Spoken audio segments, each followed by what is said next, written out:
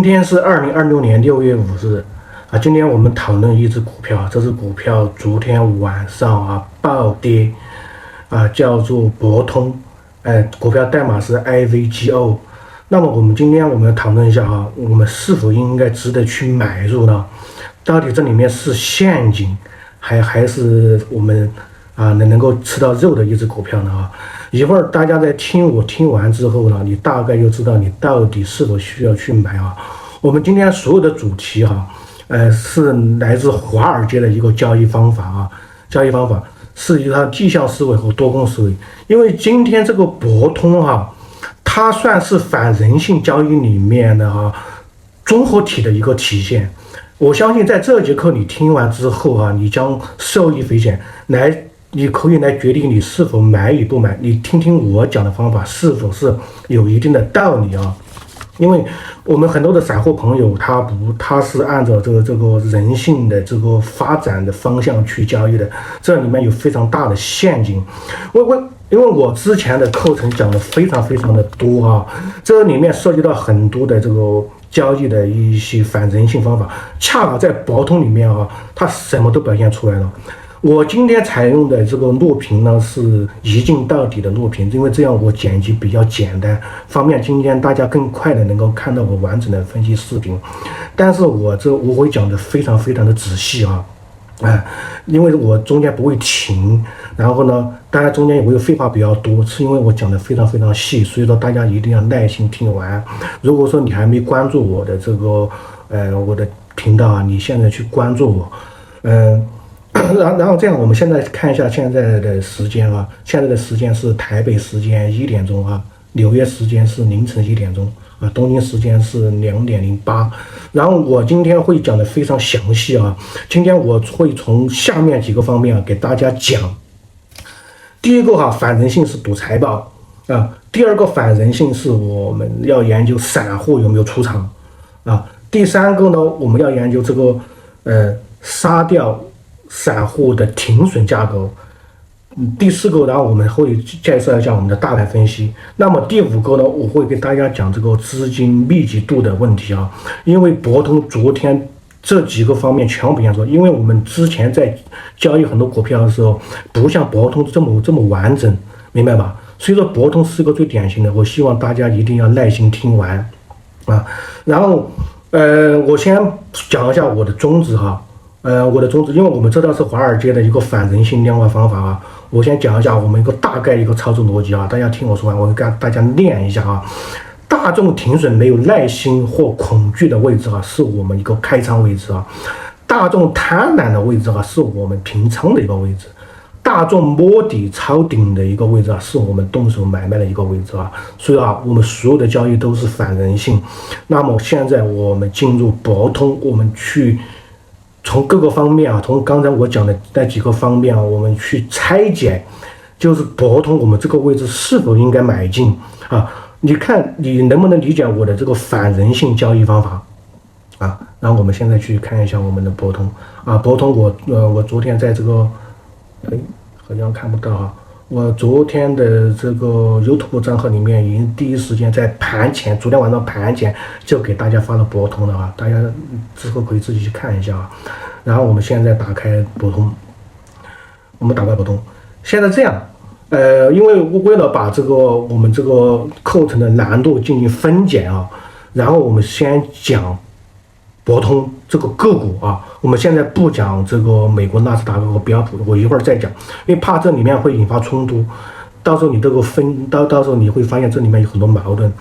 当我分开讲了之后，然后你会发现你就不矛盾了那么第一条，博通为什么昨天会这个就是跌的这么多核心是赌财报，所有人在赌财报。赌财报为什么会暴跌这里面涉及到一个资金密度的问题。资金密度对大家来说还是比较专业的，咱们可以从另一个角度去给大家分析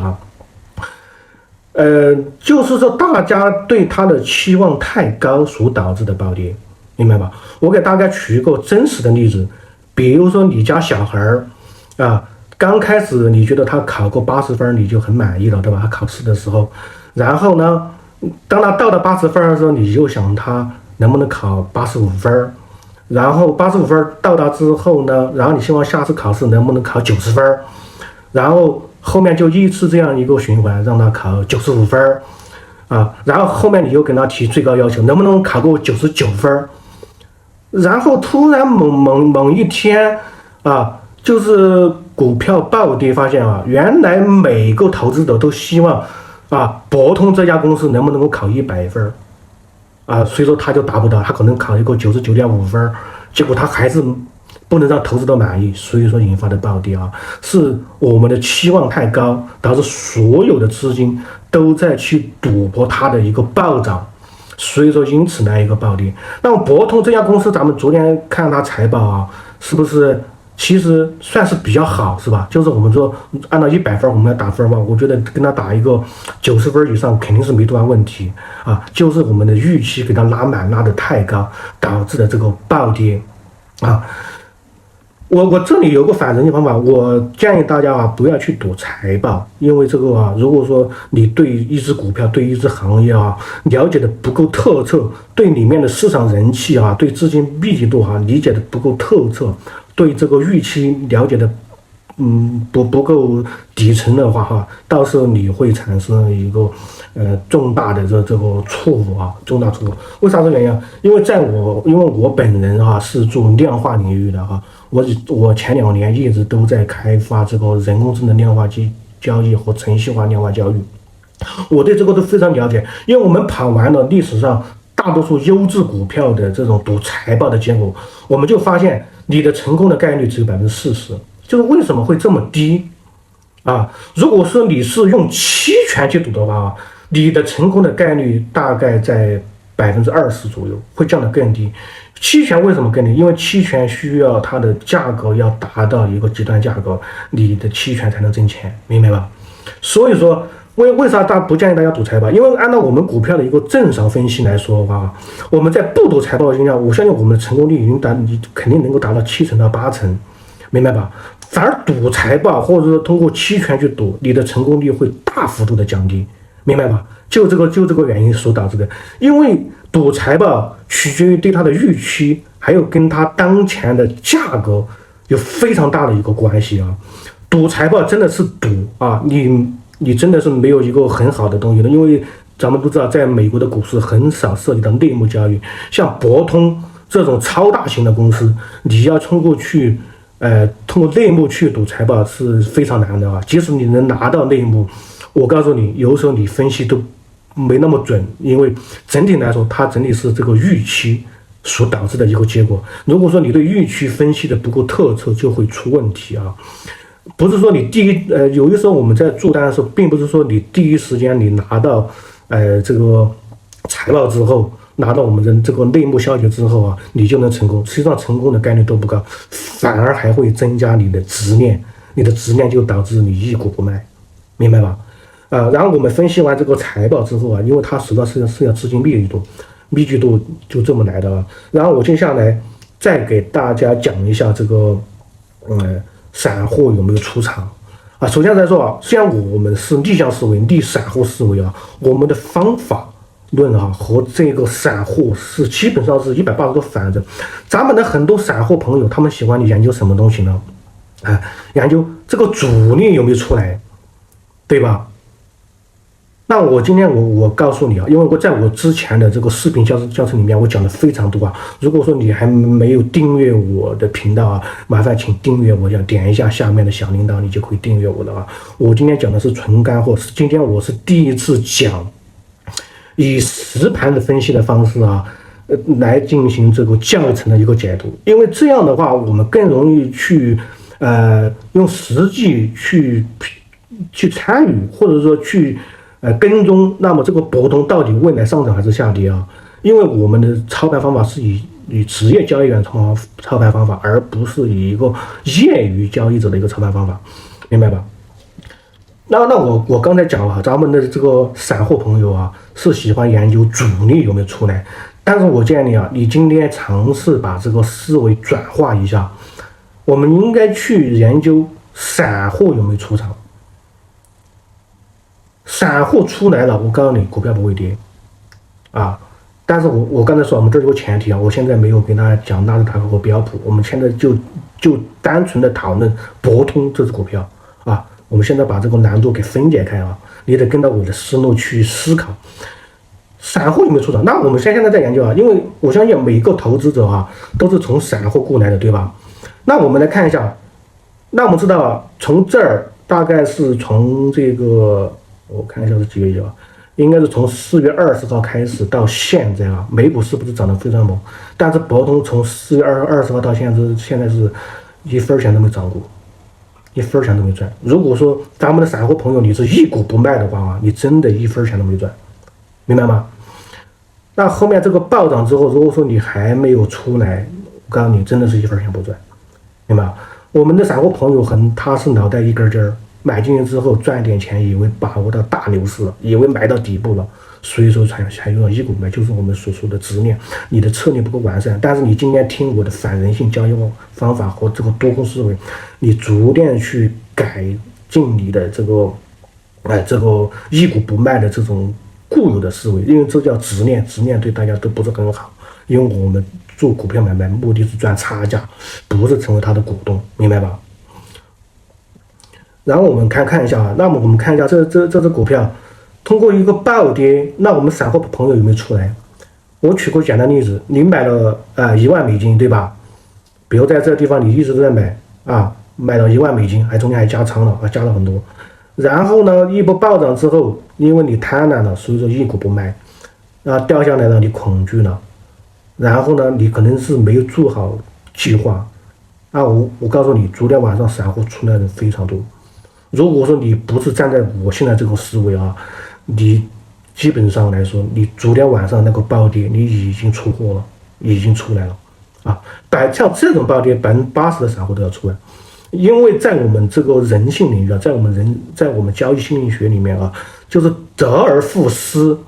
是让我们心里是非常难受的啊，是非常难受的啊。所以说我们在研究，那我们讲散户有没有出来？那我们在研究有没有必要去研究主力？那我告诉你，昨天晚上的波动是属于多空双杀啊，多空双杀啊，只杀多头不是多空双杀啊，他现在把多头已经杀了，之前是杀了空头，现在是杀多头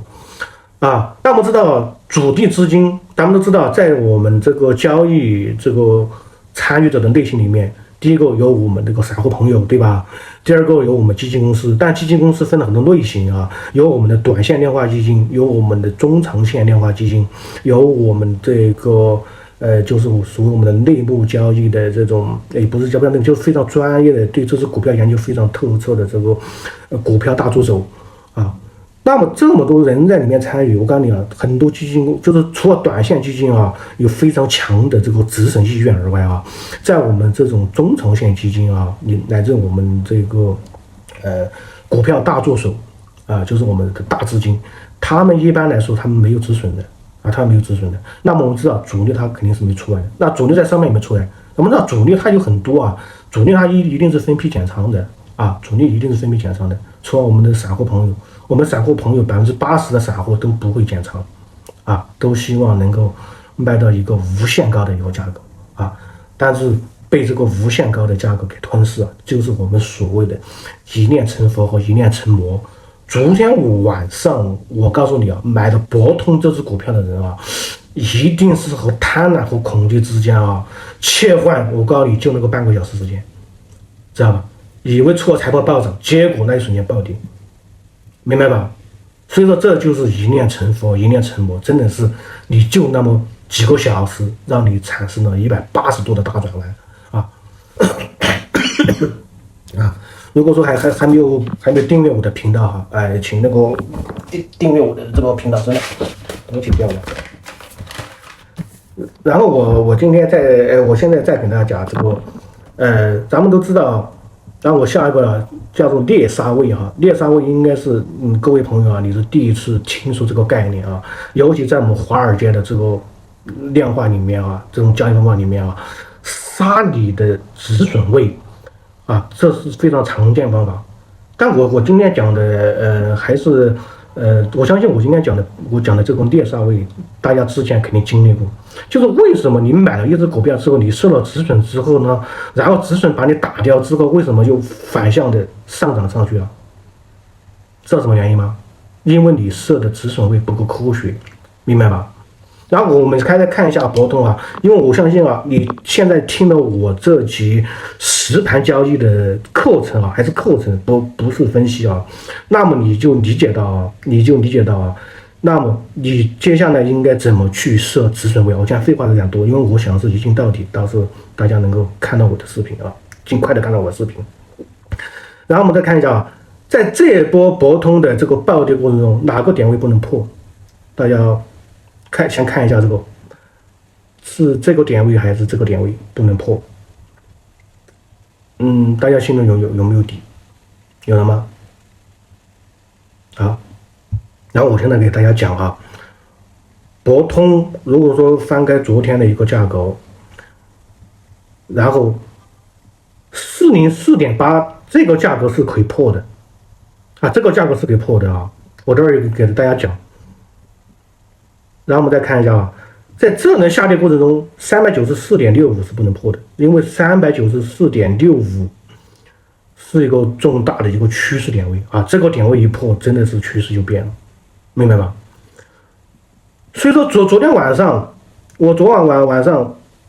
但我经常位置标，我经常位置就在404到405之间啊，就是说。这个位置，我刚才给大家讲啊，这个这个讲点位404.8啊，这样我是跟他说下整数位吧，要不然这个价格我也记不住啊。就是这个405这个位置啊，我告诉你啊，它是可破可不破，但是呢，我们的止损位不能设在405这个位置，必须设在这个394.65这个位置，明白吧？因为这一波如果说跌的比较猛，它可以杀掉你的止损啊，如果你设在405，就会杀掉你的止损。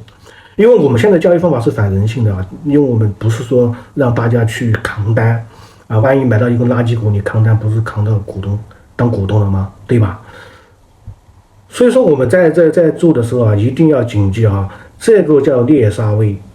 这个叫趋势点位，明白吧？我觉得这一节课大家可以把它作为一个笔记啊，一定要记下来，因为这是反人性交易，因为我们是研究华尔街的量化交易方法啊。因为很多的散户朋友他没有接触过量化，因为我有几年的这个经验，我对这个非常非常了解啊。所以说我们在设止损的时候一定要谨记啊，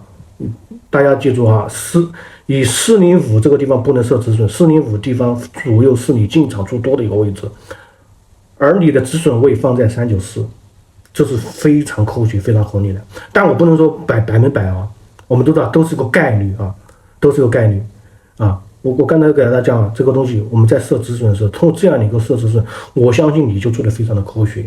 啊。你发现你被误打停损价格的这个概率就变得低了很多。啊，不信你们去看一下你们曾经做盘被打停损的地方是什么样子，就心态扛不住的地方是什么样子，明白吧？好，我今天讲完了反人性的这个停损位啊，我看一下再给大家讲啥东西啊，然后我们这儿讲完之后，那么之后我们再看一下这只股票能不能买啊？那我们再看一下这只股票能不能买，大家觉得能不能买？啊，首先按照我们分析方法，散户朋友有没有出来？主力资金有没有出来？我们大资金有没有出来？没出来对吧？大资金肯定没出来。我告诉你，大资金你想不到。那我们散户朋友有没有出来？我告诉你，昨天晚上那波暴跌80%的散户朋友几乎出来完了，你信不信？啊，这是我们有大量的回撤出来的结果。那么今天我可以明确告诉你，在我做量化这2年的时间里，我编量化程序2年，我做大量的回撤，在这个位置啊，我告诉你90%的概率会反弹。我一会儿给大家讲反弹的高度啊，一会儿给大家讲，因为我最怕咱们的散户朋友啊，你们在进场的时候会遇到什么情况？就是买进之后，假如我分析，这是一波肯定会暴涨，会超过495。我告诉你，我们的量化看不那么远，我们量化一个最大问题，走一步看一步。我们会做小时线或者2小时线，但不会直接切换到日线上面去。我们会知道哪一地方有散户，哪一地方散户要卖，哪一地方有套牢盘，明白吧？所以说，那么接下来我们再看一下，如果说这只股票你要买进，我告诉你，通过我们的这个历史曾经的大量的回测复盘，我们发现在这个地方会大概率会反弹，而且反弹的高度还不低，明白吧？然后我们看一下今天录的时间比较长，我也不知道跟大家能讲多久啊。然后我们可以看到，那么这一步是已经有猎杀位了，对吧？当猎杀位完之后，那么第二步，我们控日线的解别，那么下一步大概率会来到440左右，440左右，但可能是438或者说435就这个一个位置。然后接下来呢，价格会来到哪个地方呢？然后这是日线的级别接下来价格大概率会来到450这个位置，450过了之后才是470那这个价格，我们后面的价格我们不能去猜测它怎么去反弹的，明白吧？因为这个没意义，因为我们都知道未来当然我给大家说了，这个3个价格是站在日线角度一个价格，我相信它到一个价格就会回踩下来，到一个价格就会比如说它到440左右又会回踩到420，然后又上涨到450，然后又回踩到430，有可能又回到420，然后下一波的就会上涨到470，那470有可能这次回踩就速度就比较大了那回踩下来之后呢，然后后面我们不知道怎么走因为目前我们不好预测的那么远。那么昨天晚上包括今天晚上，大家能不能进这只股票呢？如果说站在盈亏比的角度大家非常值得进。我刚才给大家说了我们的止损放在394，对吧？那么我们的394，如果说这也能反弹到440，你能挣多少钱？比如说今天晚上你能在410或者说405，如果说能再次给你机会进场的话，那么你的盈亏比大概在1比2.5到1比3。这是我刚才说一个最小的一个反弹位置，那么你能做到1比2以上，我告诉你，你这个单子是成功的我之后给大家讲这个博通这样的一个 K 线图形，这样一个 K 线组合，它反弹的成功概率，反弹到440的成功概率是90%以上，明白吧？90%，但是有没有失败呢？我刚才说，它是一个概率学，它只是在这个环境中，它比较容易成功，知道吧？因为像这样博通这样的一个暴跌，我相信在历史上你发现很多股票可能1年真的经历不了几次。是的，像这样极端行情经历不了几次，明白吧？然后咱们在做单的时候，尽量是去做小时线或者做这个2小时线，而不要直接去做日线。我一会儿给大家讲，你看一下咱们再看一下，你看这局为什么能反弹到440，就这个原因，在这个位置，这个位置是密集的一个支撑一个压力区，密集的压力区。上去之后必然会来一个大的回落，然后再往上攻这2步是比较容易成功的。第3步能不能攻到我们的470这个位置现在我不知道，因为这个跟行业有关系，跟个股，跟你研究个股。比如说你觉得这个人工智能还没歇菜还没有结束，那我觉得博通涨到500又不是没可能，对吧？其实这波这儿我给大家纠正一个东西因为刚才有我们这个散户朋友在问，这个博通刚才说了，第一波只赚了涨到440，我好像只赚了8%，这吧好像不多刚才那位朋友好像是中国的这个炒中国股票的炒 A 股的这个股民，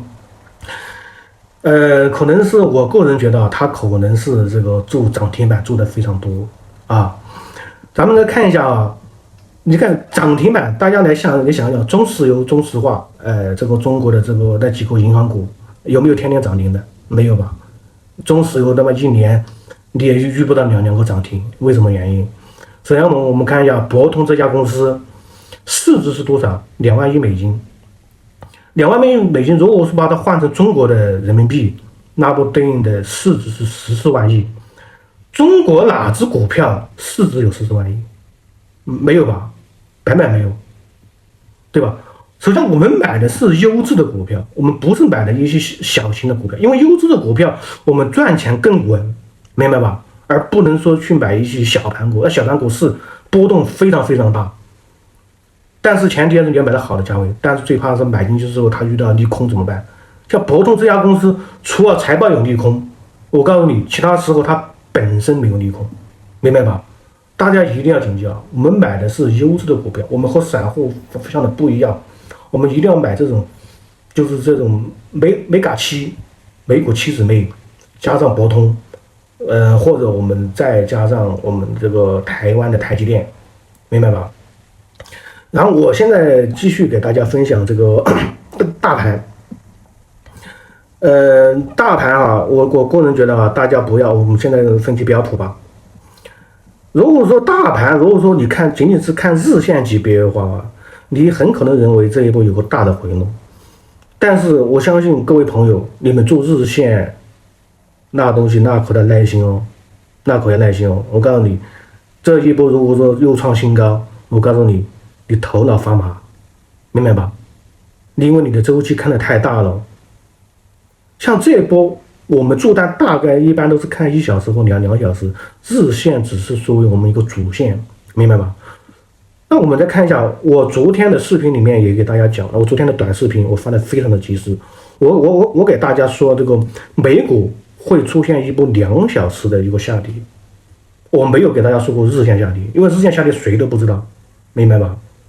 我们一定要会用小周期，通过多周期共振去操盘，而不是通日线去。那个日线的顶部不是你能猜测的，这个日线回落到哪个位置也不是你能判断的。我告诉你，现在判断非常难。包括这2天的暴跌，大家可以看一下我昨天的短视频，我发的非常的及时。我昨天晚上我又买博通了，因为回落到位了。那么今天为什么又暴跌？原因还是只有一个，就是昨天有潜在的利空。是前天晚上，是星期，我看应该是星期三半夜爆出来的潜在利空。潜在利空是因为日本和韩国一直在关于他们这个汇率问题，他们在保他们汇率，因此他们在抛售美元相关的资产，明白吗？但是这种我告诉你啊，美股它有个尿性是什么？它从来不受国外的影响。明白吧？它是国外影响，我告诉你，最多是一个1小时或者2小时周期的一个下跌，它很难上升到日线级别。能上升到日线级别，除了突发的战争乃至其他的一些很大的一个事件其他时候哎呀，不好意思，刚才那个录屏的时候录了半个小时自动断了，现在我重新录，现在我接着录制这个一镜到底也不知道能录多长。我们来看一下这个标准普尔 SP。我昨天给大家说昨天应该是价格还在这儿的时候吧，我是昨天早上，亚洲时间昨天早上我录制的视频，然后才发出去的发出去稍微有点慢因为剪辑这个视频剪辑太花时间了，有的时候我喜欢一镜到底虽然说讲的他没那么就是口语化比较多但是他给大家反映东西很快，明白吧？昨天的大盘还在这个地方的时候，我就说有潜在利空，然后后面一步暴跌，然后2小时暴跌，咱们看2小时在这个地方，对吧？2小时的趋势点位在这个地方，就是目前我只能看到这个地方，那能不能跌到这个地方？能，但是看这个事情能不能连续性。那日本、韩国这个事情能不能连续性？能连续性就能跌下来，明白吧？所以说这波日线，这就是目前我们2小时我们看一下我们整个进场股票做多只有2个地方可以进，一个是依托这个地方止损去做多，一个是依托这个地方止损去做多，明白吧？所以说所以说为啥昨天我们这个波动就可以进，就这个原因。那么今天早上是因为这个韩国还是日本又在卖美国资产，应该是昨天晚上这个美股收盘前那个5分钟嘛，又在疯狂卖，明白吗？啊，如果说你还没有关注我的频道啊，请关注我。我今天所讲的方法是有风险的啊。你可以延续我的这个思维，你去听啊，你可以用小资金去操盘，但是我不建议啊，你重仓干，因为你还需要把这个思维啊，还需要一个半年的时间去慢慢去转换。即使你看了我的视频，你把我的视频慢慢全部看完，然后再实际去模拟一下，你看看你大概最快也要3个月之后才能逐渐掌握啊。因为我们需要把旧的东西给忘掉，接触新的东西，明白吧？